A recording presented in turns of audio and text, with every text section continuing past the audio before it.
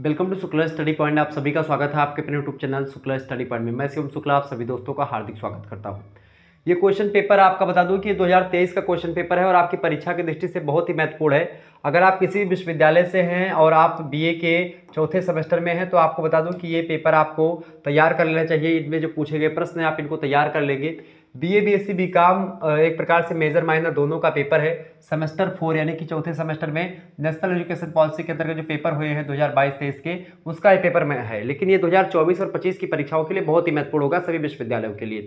मैंने देखा इस पेपर में बहुत सारे प्रश्न जो कि आपकी बार आ सकते हैं, तो मैंने कहा कि आपको बता दूं, ठीक है। तो इन प्रश्नों को आप तैयार कर लीजिएगा, इसीलिए मैं आपके समक्ष आया हूँ। हिंदी अनुवाद का ये पेपर है। हिंदी के 4th सेमेस्टर में आपको हिंदी अनुवाद पढ़ना पड़ता है।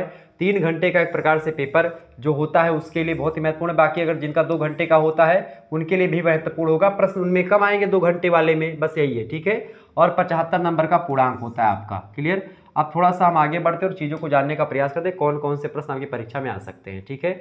यहाँ पर आपको ये अलग अलग यूनिवर्सिटी के हिसाब से अलग अलग इंस्ट्रक्शंस दिए, तो इंस्ट्रक्शन को नहीं पढ़ते हैं इसमें, ठीक है। थोड़ा सा अब मैं आपको बताने का प्रयास करता हूँ कौन कौन से प्रश्नों की सूची आपको दिखाने का प्रयास कर रहा हूँ, ठीक है।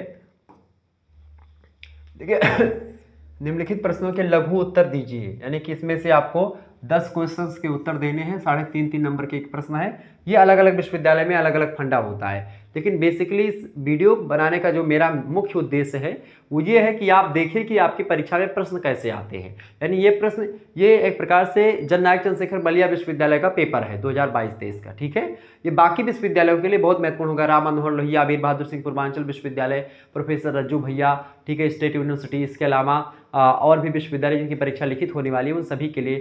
इसके अलावा आप देखेंगे डॉक्टर भीमराव अम्बेडकर यूनिवर्सिटी और चौधरी चरण सिंह मेरठ विश्वविद्यालय और जननायक चंद्रशेखर बलिया के लिए तो बहुत महत्वपूर्ण होगा। तो इन सभी के लिए बहुत ही महत्वपूर्ण है, तो आप इस वीडियो को अंत तक जरूर देखिएगा। देखिए पहला प्रश्न है आपका, अनुवाद का अर्थ स्पष्ट करते हुए उसकी परिभाषा दीजिए। अनुवाद के बारे में आपको बताना है। अनुवाद, अब मॉडल पेपर मैंने दिया है उसमें अनुवाद का अर्थ और परिभाषा दोनों बताई हुई है। तो आप इस वीडियो को मतलब ये प्रश्न आप तैयार कर लीजिएगा और मेरा जो मॉडल पेपर है उसको आप देख लीजिएगा। बाकी मैं एक महासंग्राम वीडियो तैयार कर रहा हूँ और 2023 वाला जो महासंग्राम वीडियो उसमें मैंने इस प्रश्न का उत्तर दिया, तो आप इस वीडियो को उसको देख लीजिएगा, ठीक है। अनुवाद बेसिकली क्या होता है, जब आप एक भाषा से दूसरे भाषा में, यानी एक भाषा का दूसरे भाषा में आप भावांतरण करते हैं, ठीक है। और इसमें अनुवाद के साथ साथ एक शब्द आपको और ध्यान रखना होगा, लिपि अंतरण। लिपि अंतरण और भाव मतलब अनुवाद। अनुवाद जो होता है ये एक प्रकार से भाव और जो मूल तथ्य होता है उसके बारे में बताता है कि भाई मूल भाव जो होता है उसकी एक प्रकार से एक भाषा का दूसरे भाषा में अनुवाद। जैसे मान लेते हैं ये लिखा हुआ है, मैं आपको बताऊँ, राम आम खाता है, राम आम खाता है। अब ये मैंने लिखा राम आम खाता है। अब इसका लिपि अंतरण अगर करेंगे तो क्या होगा। अब इसका पहले मैं अनुवाद करता हूँ, तो अनुवाद इसका क्या होगा और लिपि अंतरण क्या होगा, दोनों आपको समझा रहा हूँ। अनुवाद इसका ये होगा, जैसे मान लेते हैं अंग्रेजी में हमको अनुवाद करना है, ठीक है। अब देखिए ये किस में लिखा, ये अनुवाद है आपका, ठीक है। तो ये हिंदी में लिखा हुआ है, ठीक है, ये हिंदी में लिखा हुआ है। इसकी भाषा कौन सी है, इसकी भाषा है भैया हिंदी, ठीक है। हमको अंग्रेजी में अनुवाद करना है और इसकी लिपि कौन सी है, देवनागरी लिपि है। तो लिपि आप जानते होंगे, लिखने की जो प्रक्रिया होती है, लिखने की कला, वो लिपि कहलाती है, ठीक है।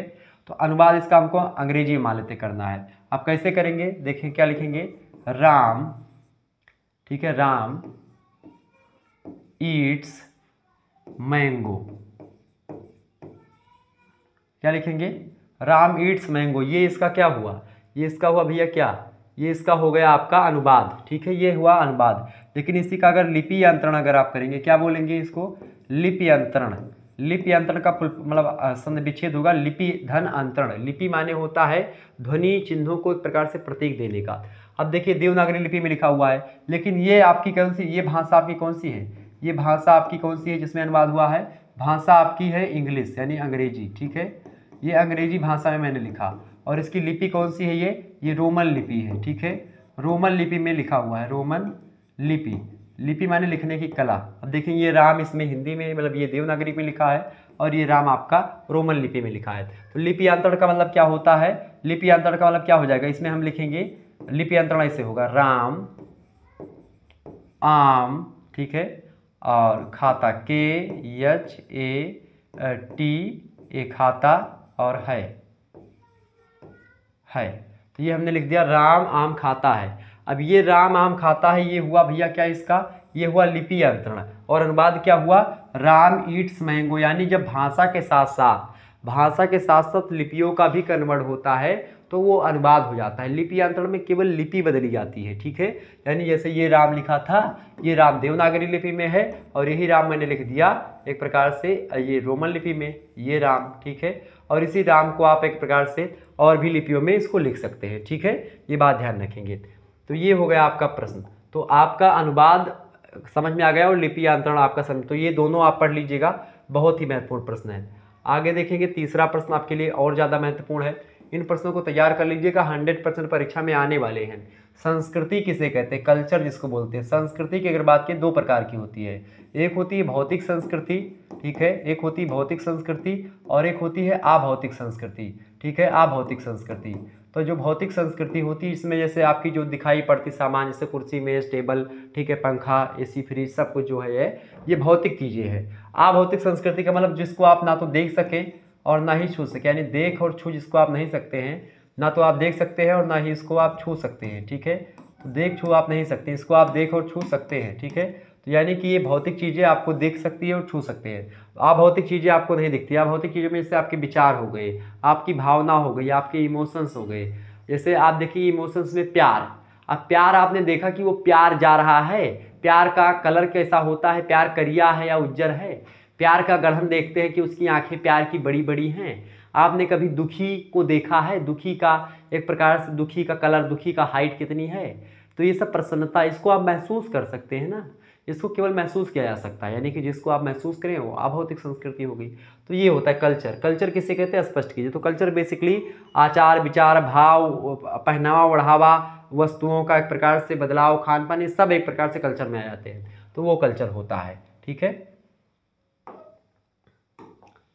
आगे देखेंगे चौथा प्रश्न, शब्दकोश की अनुवाद में उपयोगिता पर एक टिप्पणी लिखिए। शब्दकोश क्या होता है, शब्दकोश मतलब होता है डिक्शनरी।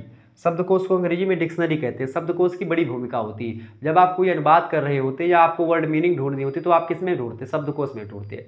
अंग्रेजी हिंदी शब्दकोश में आप ढूंढते हैं या जिस भी भाषा में अनुवाद करना होगा तो उसके शब्दकोश की बड़ी भूमिका होती है। कि भाई मान लेते आपको बिल्ली के बारे में, बिल्ली को आप जानते कि बिल्ली है, लेकिन आप ये नहीं जानते कि अंग्रेजी में बिल्ली को कहते क्या है। अब ये आप तब जान पाएंगे जब शब्दकोश उठा करके देखेंगे कि अंग्रेजी में बिल्ली को कैट कहते हैं, कुत्ते को डॉग कहते हैं, आम को मैंगो कहते हैं, तभी तो अनुवाद कर पाएंगे। उससे पहले अनुवाद थोड़ी ना होगा। यानी अनुवाद की बहुत ज़्यादा भूमिका है, ठीक, किसमें, अनुवाद में। तो ये मैंने सारी चीज़ें बता रखी हैं। 5वां प्रश्न आपसे पूछा जा सकता है एग्जाम में, अनुवाद के साधनों का नाम उल्लेख कीजिए। अनुवाद करने में कई साधनों का प्रयोग होता है, ठीक है। अनुवाद में एक प्रकार से मूल भाव का होना जरूरी है और इससे रिलेटेड शब्दकोश का होना जरूरी है। अनुवादक का पढ़ा लिखा और एक धैर्यपूर्वक और हर एक चीज़ को समझने की क्षमता वाला होना बहुत जरूरी है। ऐसे तमाम प्रकार के तत्व है, ठीक है। कई साधनों की जरूरत पड़ती है। अगला प्रश्न, परिभाषिक शब्द जो होते हैं किसे कहते हैं, स्पष्ट कीजिए। परिभाषिक शब्द वे शब्द होते हैं, परिभाषिक शब्द वे शब्द होते हैं जिनको एक प्रकार से जिनका अर्थ एक होता है, ठीक है, और जिनका अर्थ सीमित कर दिया जाता है। यानी कि और परिभाषिक शब्द जैसा दूसरा शब्द कोई नहीं होता। परिभाषिक शब्द बेसिकली अविधातात्मक होते हैं, यानी अविधा वाले होते हैं। अविधा, अविधा, अविधा, अविधा मतलब होता है अविधा, लक्षणा और व्यंजना, 3 प्रकार की शब्द शक्तियाँ होती हैं हिंदी में, ठीक है। आगे चल करके आप पढ़ेंगे, जब 6 सेमेस्टर में पहुंचेंगे तो वहां पर आपको मैं पढ़ाऊंगा। तो अविधा, लक्षणा और व्यंजना, जिनमें अविधा का मतलब होता है जो चीज़ें जैसी लिखी हैं उसका मतलब भी वही है। लक्षणा और व्यंजना में क्या होता है कि जो चीज़ें लिखी हैं उसका वो मतलब नहीं होता है, उसका दूसरा मतलब होता है, ठीक है। तो वो होती है लक्षणा और व्यंजना। जैसे हमने कहा कि राम जो है, मतलब कि हमने कहा कि 8 बज गए हैं। अब 8 बज गए हैं, इसका एक लड़का मतलब क्या निकालेगा कि मेरे को स्कूल जाना है। 8 बजने का तात्पर्य एक टीचर लगाएगा कि हमको पढ़ाने स्कूल में जाना है, एक नौकर ये लगाएगा कि भाई हमको मुहारा मतलब कि जो है ये काम करना है, एक ऑफिस जाने वाला व्यक्ति ये अनुमान लगाएगा कि हमको जो है ऑफिस जाना है, 8 बज गए हैं। तो केवल 8 बजे हमने कहा और इसका कई लोगों ने अपने अपने हिसाब से अर्थ लगा लिया। लक्षणा सब शक्ति, व्यंजना सब शक्ति, ये होती, ठीक है। यानी कुछ कहो और दूसरी चीज़ मुहावरा वगैरह लोकोक्ति, जैसे कि आपने कहा to kill 2 birds with 1 stone, मतलब कि अब इसका अर्थ निकालेंगे तो क्या होगा, to kill 2 birds with 1 stone, मतलब कि 2 को मारा, 2 बर्ड्स यानी 2 चिड़िया को एक स्टोन से, एक पत्थर से। लेकिन इसका अर्थ ये नहीं होगा, इसका मतलब होगा क्या होगा, to kill 2 birds with 1 stone का मतलब होगा मतलब कि जो है क्या बोलते हैं, एक तीर से दो निशाना, ठीक है। ऐसे ही breaking dog seldom bite. Breaking dog seldom bite का मतलब क्या होता है, यानी जो भौंकते हैं वो काटते नहीं है, जो गरजते हैं वो बरसते नहीं है। इसका अर्थ होगा जो भौंकते हैं कुत्ते वो काटते नहीं है, लेकिन इसका वास्तविक जो मीनिंग है वही होगा जो गरजते हैं वो बरसते नहीं हैं। तो इस तरीके से टिट फॉर टैट, ठीक है, टिट फॉर टैट, जैसे को तैसा। माइट इज राइट, ठीक है, might is right, tit for tat, जिसकी लाठी उसकी भैंस, से ये सब होते हैं। क्लियर।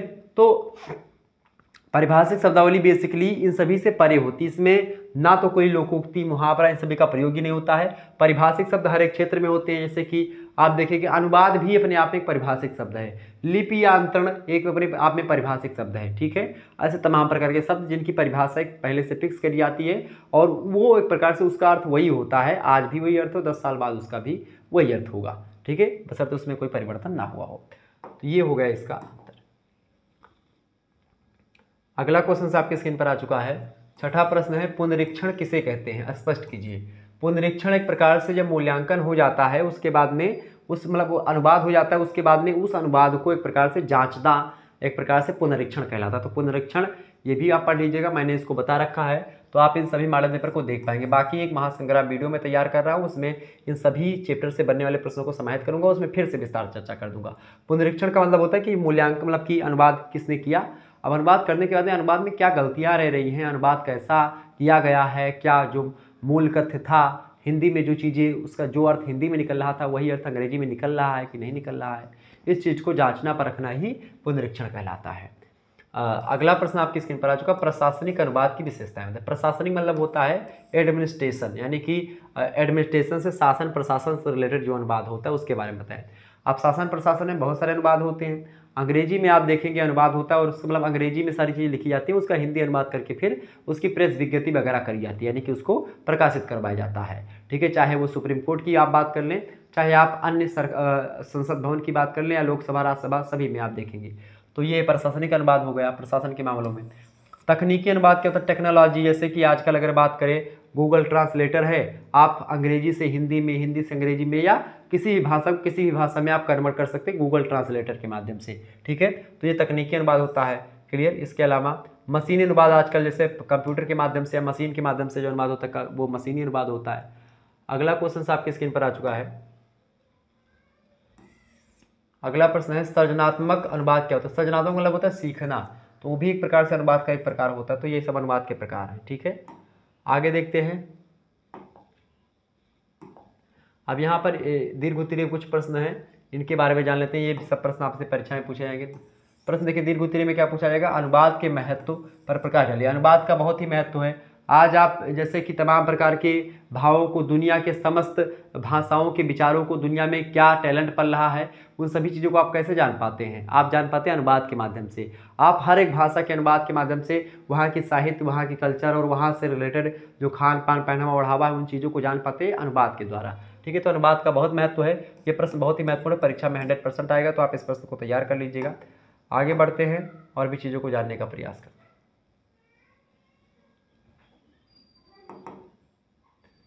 अथवा अगर वो प्रश्न आपको नहीं अच्छा लग रहा तो आप उसके स्थान पर ये भी प्रश्न कर सकते हैं, अनुवाद के गुण, यानी कि अनुवाद की जो प्रॉपर्टीज होती हैं उसको बताएं, और दायित्व का उल्लेख करें, यानी अनुवाद का क्या दायित्व है, क्या उत्तरदायित्व है समाज की दृष्टि से या अन्य दृष्टियों से, उसको बताएं। बहुत ही इंपॉर्टेंट प्रश्न है, परीक्षा की दृष्टि से इंपॉर्टेंट है ये भी प्रश्न, आप इसको भी तैयार कर लेंगे। बाकी प्रश्न आप देखेंगे। अगला प्रश्न आपकी स्क्रीन पर आ चुका है, इकाई नंबर 2। अब इकाई 2 में भी एक ही प्रश्न आपको करना होगा। आप देखिए इकाई 2 से भी आप एक ही प्रश्न करेंगे। अब चाहो तो ये प्रश्न आपको करना था, चाहो तो ये प्रश्न, ठीक है, दोनों में से एक ही करना था। 10 नंबर के प्रश्न हैं, हालांकि अलग अलग विश्वविद्यालय में अलग अलग पेपर पैटर्न होता है, लेकिन ये प्रश्न इंपॉर्टेंट थे इसीलिए मैंने इसको रखा है। देखिए, अनुवाद के सामाजिक सांस्कृतिक महत्व को रेखांकित कीजिए। बढ़िया प्रश्न, परीक्षा की दृष्टि से तैयार कर लीजिएगा। अथवा अनुवाद में कोश का महत्व विषय पर एक संक्षिप्त निबंध लिखिए, यानी अनुवाद में कोश एक विषय मान लीजिए, ठीक है। यानी अनुवाद में कोश की क्या भूमिका होती है या अनुवाद में कोश का क्या महत्व है, इस पर आपको एक निबंध लिखना है बड़ा अच्छा सा। तो ये भी प्रश्न बहुत ही महत्वपूर्ण है परीक्षा की दृष्टि से, आप इसको भी तैयार कर लीजिएगा, ठीक है। बाकी आप देखेंगे इकाई नंबर 3। बाकी मैं और मॉडल पेपर जब दूंगा तो उसमें इसमें प्रश्न का उत्तर भी लिखा हुआ होगा, मैं महासंग्राम वीडियो दूंगा तो उसमें आप समझ लीजिएगा। इकाई 3 की अगर बात की तो अनुवाद में परिभाषिक शब्दों की भूमिका क्या होती बताएं। परिभाषिक शब्दों की अनुवाद में बहुत भूमिका होती है और बेसिकली परिभाषिक शब्दों की प्रयोग से अनुवाद एक प्रकार से वैज्ञानिक धरातल पर खरा उतरता है। ठीक है, इसके लिए बहुत जरूरी। अथवा करके दूसरा प्रश्न देगा, अगर आपको ये नहीं पता है प्रश्न तो इसके स्थान पर आप ये भी प्रश्न कर सकते हैं कि अनुवाद में मूल्यांकन का क्या महत्व होता है। अनुवाद में जैसे पुनरीक्षण होता है ऐसे ही मूल्यांकन होता है। मूल्यांकन के द्वारा अनुवाद की जो गतिविधियां होती हैं, अनुवाद में क्या सही है क्या गलत है इसका निर्णय लिया जाता है।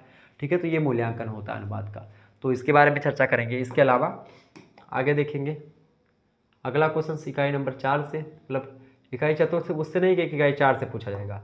ये प्रश्न इंपॉर्टेंट है। निम्नलिखित का अंग्रेजी से हिंदी में अनुवाद कीजिए। अभी अंग्रेजी में लिखा हुआ है, इसको हिंदी में आपको लिखना है। जैसे कि लिखा हुआ है he is proud of me, मतलब कि जो है उसे मुझ पर बहुत ज़्यादा गर्व है। हु एम आई, यानी कि मैं कौन हूँ, ऐसे। अब इसमें मुझे ज़्यादा पता नहीं तो आप इसको अगर गूगल ट्रांसलेटर पर डालेंगे तो तुरंत इसका मीनिंग निकल आएगा।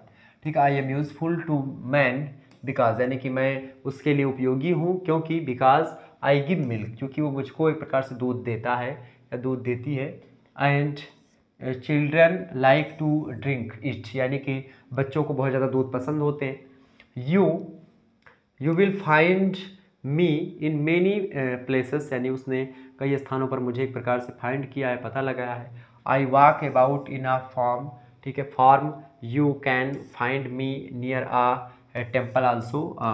हु एम आई, तो इसका आपको अनुवाद करना था अंग्रेजी से हिंदी में। बहुत सरल है, कोई दिक्कत नहीं। तो इसका मैं प्रैक्टिस एक दिन करवा दूंगा अनुवाद की, कि किसका अनुवाद कैसे होता है। ठीक है, अथवा अगर क्या आपका दूसरा प्रश्न ऐसे दे सकता है, तो ये प्रश्न का तरीका मैं बता रहा हूँ कि कैसे कैसे आपसे प्रश्न पूछे जा सकते हैं। देखिए, ये भी प्रश्न आपसे अथवा करके निम्नलिखित का हिंदी से, चाहे तो आप हिंदी से अंग्रेजी में बात करो, चाहे अंग्रेजी से हिंदी में। अब ये प्रश्न जैसे महात्मा गांधी हमारे देश के राष्ट्रपिता हैं, अब इसका आप अंग्रेजी में बात कर सकते हैं कि महात्मा गांधी जो है एक प्रकार से क्या है, हमारे देश के, यानी कि अवर कंट्री की क्या है, राष्ट्रपिता है। ठीक है, इसके अलावा उनका जन्म कब हुआ है, 2 अक्टूबर सन 1869 को गुजरात के पोरबंदर नामक नगर में हुआ था। उनके पिता का नाम करमचंद गांधी था। ठीक है, महात्मा गांधी का नाम मोहनदास करमचंद गांधी पूरा है। उन्होंने एक प्रकार से क्या किया है, उन्होंने अंग्रेजी राज्य से देश को आज़ादी कराने के लिए स्वतंत्रता की लड़ाई लड़ी है।